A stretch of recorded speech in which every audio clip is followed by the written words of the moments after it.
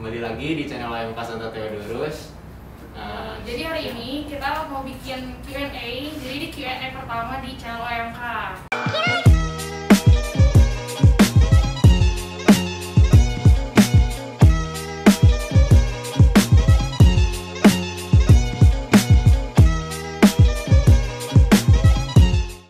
Nah, kita tuh di sini sudah kehadiran seorang narasumber yang sangat terkenal di Theodorus, yang jiwa-jiwanya masih muda, sangat dekat dengan OMK juga. Yang lain dan tidak bukan adalah Pastor Mardi. Ya, jadi gimana Pastor kabarnya? Baik, sehat selalu. Ya. Jadi sekarang ini kegiatannya lagi apa Pastor? Ya, kegiatannya sekarang lagi sibuk dengan ini ya, bisa dana ya, karena harus menjalankan protokol kesehatan, sehingga ya lebih fokus pada mengatur bagaimana kerjasama gereja dengan umat. Itu sekitar itu yang sekarang sedang lumayan sibuk. Ya. Jadi bersama dengan apa tim? Ya, jadi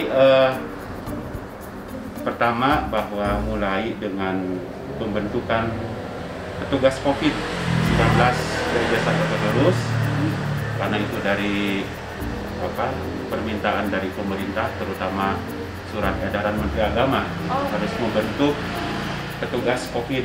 Oh, untuk setiap gereja juga harus Ya, ada. petugas COVID.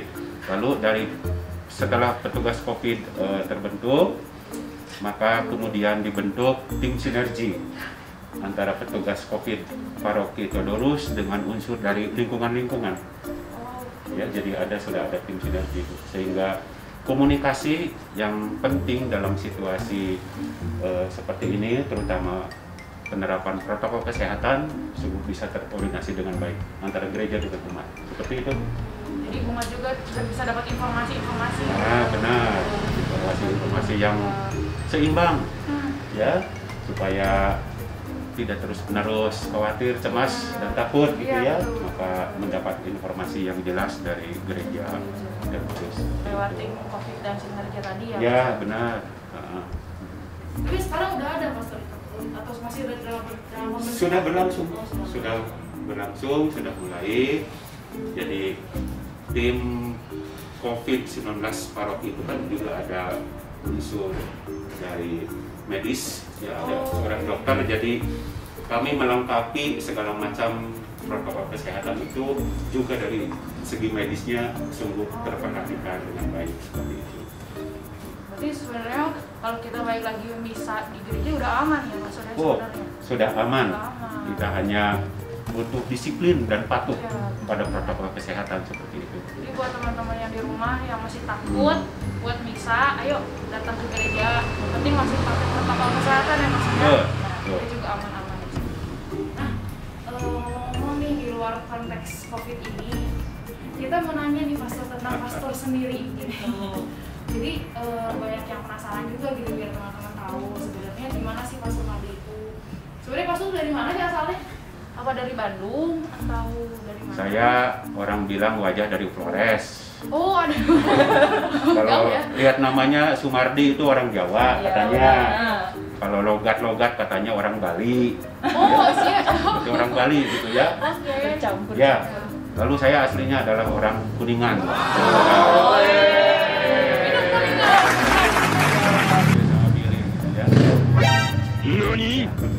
Jadi Pastor ini dari Kuningan. Orang Sunda. Tapi ada maksudnya orang tua emang harus Kuningan juga tuh, atau ada Floresnya, ada Bali juga? Asli. Oh, asli semua dari Kuningan. Jadi, Terus itu yang ngomong dari Flores Bali gimana ya? ya. Bisa ya? Ya itu. Mungkin dari buyut-buyut yang asli. Jadi dulu Pastor mau memilih untuk jadi seorang imam, seorang pastor itu dari kelas berapa sih Pastor? Bagaimana memantapkan diri? Ya, kalau istilah ketertarikan itu kan tidak langsung berpikir ingin jadi pastor, tetapi saat waktu ikut misa ya belum dibaptis, hanya lihat waktu itu pastor mengangkat hosti, ya kalau kita kenal itu kan konsekrasi gitu ya. Nah di situ saya mulai tertarik saja sih waktu umur kecil berapa? gitu ya. Sekitar umur kelas 5 SD. Wow. Sejak dini gitu ya. Nah itu Sudah terpanggil. demikian. Jadi berarti dari kelas 5 SD sudah ada rasa ini Ketertarikan, ya. ketertarikan saja dulu. Setelah itu tapi ketertarikan itu pastor utarain ke mana sih, atau masih pastor pendem, atau udah mulai kayak aktif di OMK, di Miss Dinar, terus orang tua udah tahu juga? Waktu itu belum, karena mungkin belum mengerti gitu ya istilah panggilan atau apa ya, lewat begitu saja gitu ya, sehingga saya pun tidak berpikir untuk masuk seminari dan segala macam gitu ya. Lalu bicara dengan orang tua juga, karena orang tua tidak mengerti ya udah, jadi dianggap lalu saja gitu ya, seperti itu. Terus berarti pastor masuk seminarinya di mana, pastor? Nah saya tidak masuk ke seminari menengah, tapi saya langsung masuk seminari tinggi ya. Jadi saya ketika ada ketertarikan, lalu memang bicara dengan orang tua, tapi orang tua juga tidak mengerti, dan orang tua pesan kalau bisa sih jangan, katanya begitu. Sempat ditentang ya berarti. Ya, lalu saya menjalani kehidupan seperti biasa saja. Baru umur 25 tahun nih, saya baru bergabung dengan. Berarti udah lama juga ya? Ya, jalannya. ya saya masuk ke novisiat Ordo Salib Suci. Ya, jadi sejak awal tidak terpikir sungguh mau hidup sebagai pastor. Jadi masuk seminari tinggi mana, pastor? OSC. OSC itu di mana sih biasanya? OSC itu kita pernah mendengar Pratista mungkin ya. Oh iya, iya. Ya, di situ ada pendidikan awal yaitu novisiat Ordo Salib Suci yang ada di Pratista. Di sana pendidikannya selama 2 tahun. Setelah 2 tahun dari Pratista itu pindah ke Jalan Sultan Agung. Oh iya, iya. Ya, yang ada di Kompleks Santo Aloysius. Di sana ada biara. Nah, di situ untuk melanjutkan pendidikan seperti itu. Ya. Jadi saya boleh dikatakan panggilan yang terlambat. Oke. Nggak apa-apa, Pak. Jadi setelah umur 25 tahun saya baru bergabung. Tidak menutup kemungkinan buat teman-teman yang udah 20-an ya Oh, untuk itu. menjadi Iya, pastor benar. ya. Benar. Jadi masih selalu ada peluang. Peluang. Ya. Buat teman-teman Itu. tuh. Yang penting jangan menutup hati untuk Nah, panggilan tersebut. Benar. Ya. Ya. Nah, pastor kan waktu jadi frater berarti jiwa-jiwanya masih muda nih ya. Ya. Jiwa-jiwa muda itu semangatnya Masih membara. ya masih membara. Nah, pernah nggak sih melakukan hal-hal nakal layaknya remaja gitu, pastor, ketika jadi frater gitu? Kan manusia juga ya frater itu. Ya. Paling-paling suka kabur ya. Balas ya. Kabur kalau gerbang sudah dikunci, ya naik pagar. Oh. Ya. Maka hal pertama yang saya lakukan itu adalah akrab dengan anjing yang ada di biara. Ya, tidak digonggongi. Iya, supaya kalau saya manjat pagar malam itu tidak digonggong. Ya, jadi saya baikin tuh anjing itu. Ya, saya dikasih makan apa, pokoknya sahabat lah. Sahabat dalam kejelekan. Iya benar. Biasanya pastor ngapain sih kegiatannya kalau misalnya lagi gitu, misalnya kabur gitu, apa ke warnet atau kemana biasanya? Nongkrong kayak gimana? Ya, kadang karena saya juga suka nongkrong-nongkrong gitu ya. Paling ke apa di Jalan Dago itu kan ke atas itu ya, kadang ada suka ada kafe atau apa gitu ya. Nah itu kadang dengan apa ya, teman-teman dari mahasiswa-mahasiswi Oh iya. ketemu ngobrol gitu ya. Nah itu Berarti seperti dulu itu. pastor kuliahnya di Filsafat Unpar. Ya. Oh, Semua itu. Mm-mm. Berarti masih ada teman-teman yang bukan dari seminari ya, Iya. sama gitu. Karena di situ kan ada gereja mahasiswa ya gitu. Oh iya. Jadi, Iya. saya cukup akrab dengan teman-teman yang dari gereja mahasiswa itu, sehingga kadang-kadang ya itu nongkrong di mana, minum kopi di mana, gitu seperti itu gitu ya. Nah kadang kalau sudah ngobrol begitu kan tidak tahu waktu nih, Iya, nah, pulang kemalaman gitu ya. Tapi gerbang sudah dikunci jam 10 itu biasanya 10 malam. Jam 10 dikunci. Ya. Ada Jadi, kayak hukuman gitu kalau misalnya telat masuk. Oh, iya. Kalau ketahuan ya dihukum, tapi kan tidak ketahuan. Oh, gitu kan. Gitu kan. Ya, Intinya jadi nggak- selain akrab dengan anjing, tapi juga dengan satpam. Oh, nggak ada salah. Ya, jadi ini teknik bagaimana kita nakal, Oke. Buat teman-teman tips dari Mas. tapi tetap selamat. Ya, benar. Bener. Nah, Pastor selama jadi frater itu kegiatan apa aja sih yang menarik yang menurut Pastor menarik gitu ya yang dilakukan di sana di seminar? Biara gitu ya. Ya, sebenarnya tidak ada hal yang menarik saat dialami. Oke. Ya. Karena semua juga kan kita jiwanya jiwa muda, sementara kita harus benar disiplin, patuh gitu ya dengan aturan yang demikian ketat. Toh saya akhirnya sekarang bisa mengatakan sangat bermanfaat gitu ya, bahwa kegiatan-kegiatan di biara itu pertama dibentuk hidup disiplin, ya disiplin, lalu juga dibentuk untuk memiliki cara berpikir ya, yang lebih luas, lebih fleksibel dan segala macam. Jadi bisa dirasakan menyenangkan itu ya setelah berkarya seperti ini. Ya bagaimanapun juga seperti mungkin kalian juga ya kalau ngalami langsung itu membosankan, menjenuhkan, capek gitu ya. Tapi akhirnya hikmahnya Membuahkan adalah hasil. wah, ya itu hasil pendidikan namanya. Ya. Berarti nggak seburuk itulah ya Pastor ya. Tidak seburuk itu, ya sungguh sangat positif. Ya kalau dijalani dengan penuh kegembiraan ya, keikhlasan gitu ya. Terus Pastor kan mungkin gitu ya dulu Pastor waktu kecil punya cita-cita nih gitu.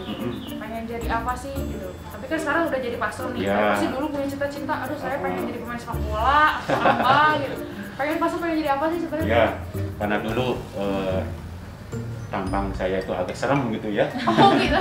Lalu tubuh saya juga agak tinggi waktu itu, dan banyak sih yang nyaranin jadi polisi atau jadi tentara. Ya saya sempat juga senang gitu ya untuk itu, tapi toh tetap orang tua juga tidak mengizinkan karena khawatir mungkin ya, khawatir seperti itu. Hanya orang tua mengatakan nanti juga ketemu jalan kamu yang paling baik seperti itu gitu ya. Jadi artinya kita berproses ya. Kita kadang perlu berproses untuk menemukan apa sih yang terbaik untuk hidup kita seperti itu. Ya. Jadi semua juga ada prosesnya Pastor ya. Kalau Benar. sekarang belum menemukan passionnya di mana, ya Ah, pasti itu ada di benar. saatnya. Jadi Pastor sebenarnya udah berapa lama sih udah jadi pastor setelah imamat ini? Ya, saya masuk biara itu tahun 1995. Oh, Tahun berapa itu? Jadi sudah berapa tahun itu? 24. 24 tahun gitu ya di biara. Lalu saya ditahbiskan jadi imam itu tahun 2005. Tahun 2005. Jadi 15 tahun ya? 15 tahun ya? Iya. Ya 15 tahun jadi imam. Seperti itu. Berarti waktu mimpin misa pertama kali itu yang tahun 2005 itu ya Pastor? Iya benar.